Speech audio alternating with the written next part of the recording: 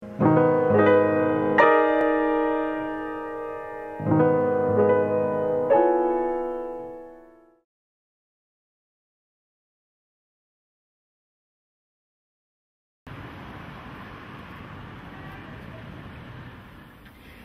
I, of course, know that the traditional Korean dish is bulgogi.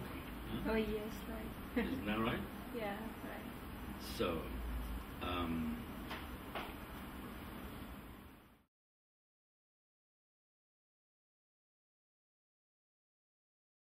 late 50s, early 60s, it was a cafe culture in France, you see, and when we met with Sartre and Simone de Beauvoir and all these existentialists, it was always in a cafe. It was never, never anywhere else. It was always in a cafe, And later in '68, when we did the student uprising, and we were on the barricades in the streets, or in a lecture hall in the Sorbonne, in one of the big amphitheaters, and there Sartre would usually sit in front, and hold forth for hours, and everybody else would be sitting there, and the next morning we would meet again on the barricades, you see.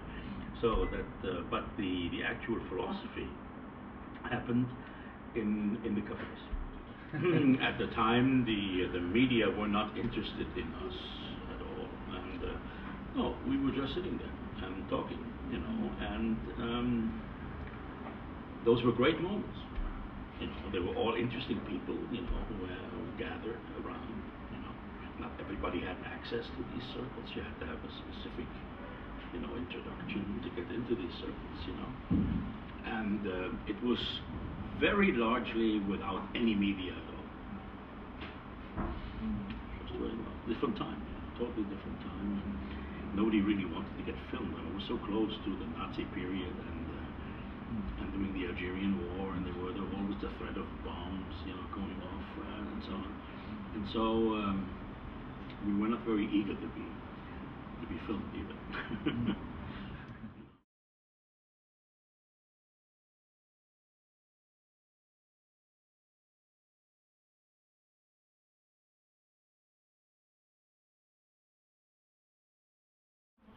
Well, certainly it would be wrong to think that one could do without the achievements of modern technology. One cannot turn that back. One must use them to new ends for which they were perhaps not made, but you cannot turn it back. So that is the first thing. Second thing is that definitely we have noticed that people in this time that we live in live in a world of images. They no longer live in a world of words.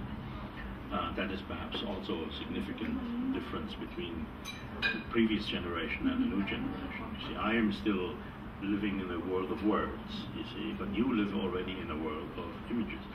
And we have seen examples where the world of images can actually make a difference in the consciousness of people.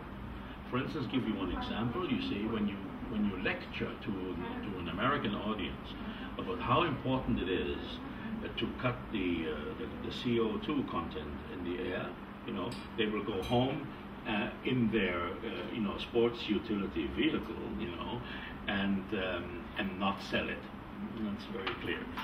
If you, however, make a movie with Al Gore, about an ecological topic or something like that, then suddenly they are electrified. They think that something must be done, it can't go wrong. The way they show this in this movie, and then if there's a figure like the former Vice President Al Gore in it, that has, of course, an impact. But that's not what I had in mind. But it's also important, I think. But that's not what I had in mind. I had in mind something else, and that is the knowledge, scientific knowledge that is being produced, let us say, on the environment, is couched in a language that only the scientists understand. The politicians speak an entirely different language. They also speak to an entirely different audience. You see, they have interests that go beyond saving the world, when the first interest of a politician is to save himself. And therefore he can think in intervals of 4 years. You know, the scientist has to think in intervals of 400 years, let us say, or more. And that, you know, and so what I think what you need is a broker. A broker is a person who can translate the language of one interest group into the language of another interest group. That is, you know, a broker. That's what you need, and that we don't have. So if I were to create a new university, you know, one day, which I already once have done, but I would have a discipline that teaches the translation of one lingo, of one way of talking, into the other lingo, into the other way of talking, and without creating a new class of Mandarins. You see, that the least we need is Mandarins.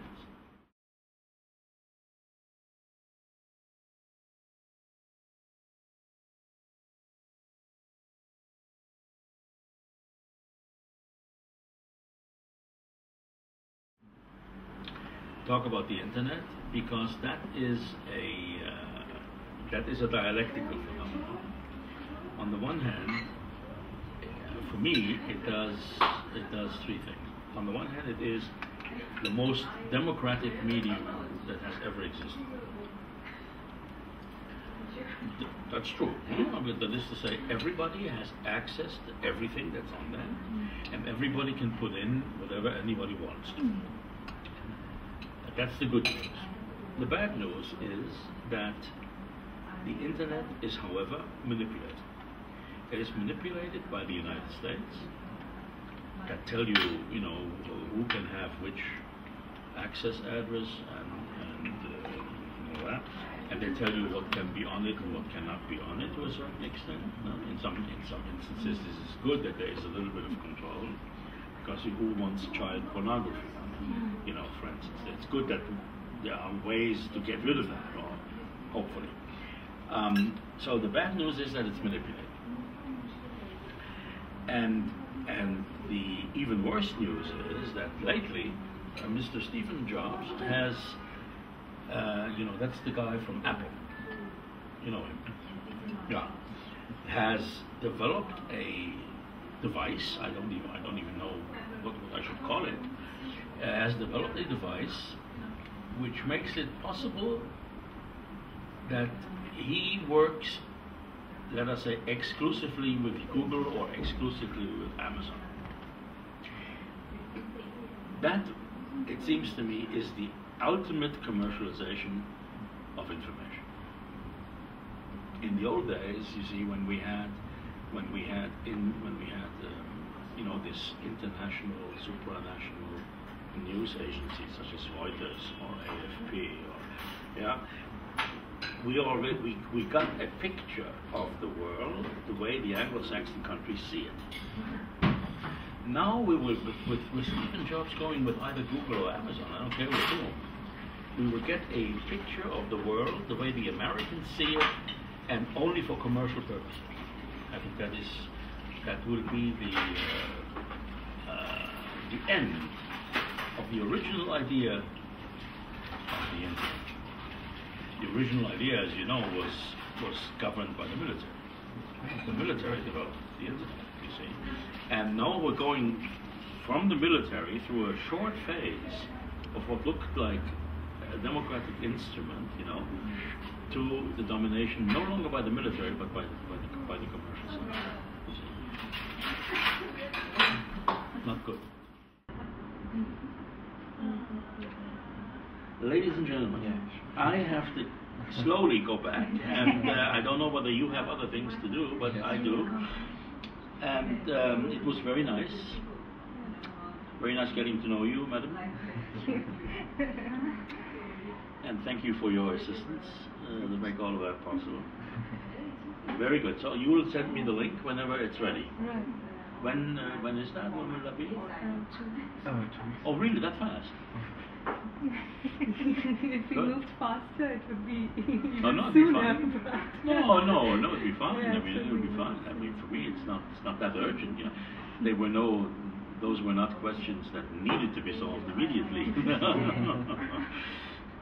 So one can take one's time. No, thank you very much indeed. Thank you. Okay, now I will have to get out of this culturally determined setup. Ooh. Excellent. Oh la la. Doesn't seem to be all that easy. But,